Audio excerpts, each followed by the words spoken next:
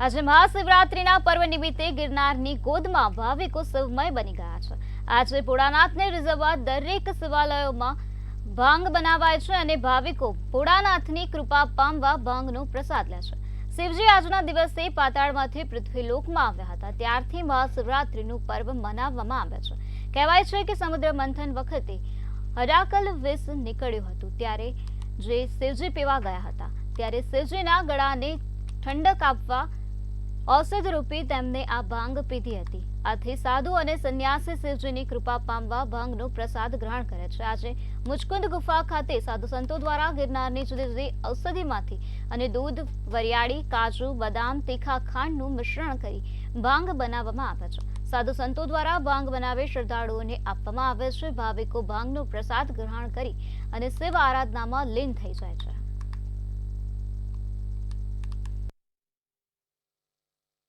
હર હર મહાદેવ ને ઓમ નમઃ શિવાયના નાદ સાથે મહાશિવરાત્રીના મેળાનો રંગ જામ્યો છે।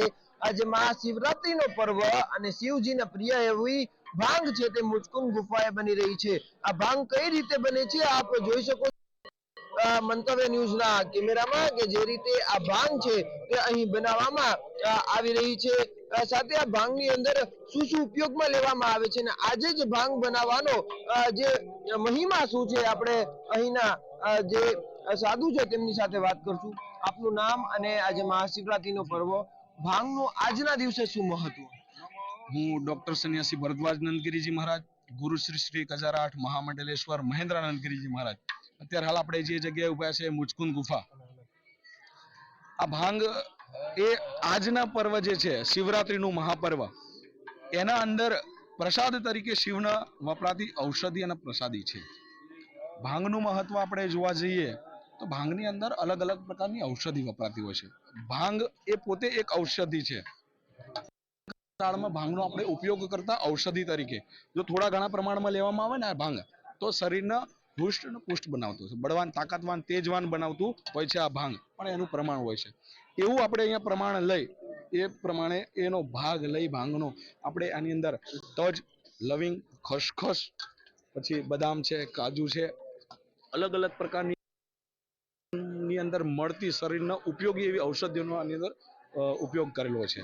અને આ જ્યારે ઔષધિઓ બધી ભેગી થશે અને જ્યારે આ લોકો જે આપણે સનાતની બધા અહીંયા જે ભેગા થાય છે, મેળામાં આવે છે, લોકો જ્યારે આરોગશે ત્યારે ભાંગનો ગુણ સાથે સાથે ઔષધિઓનો ગુણ પણ એમના શરીરમાં જશે।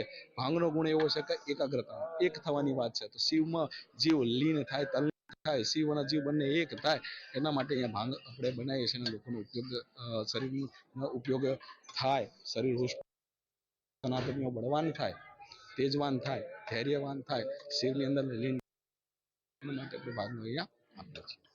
આજે શિવમાં લીન થવાનો એક મહિમા છે ને શિવને પ્રિય એવી જે ભાંગ છે તે બનાવવામાં આવી રહી છે ને શ્રદ્ધાળુઓને આ ભાંગ છે તે પીરસવામાં આવશે, જેથી શ્રદ્ધાળુઓ છે તે શિવમાં લીન બનશે। અમારા મંતવ્ય ન્યૂઝ, જૂનાગઢ।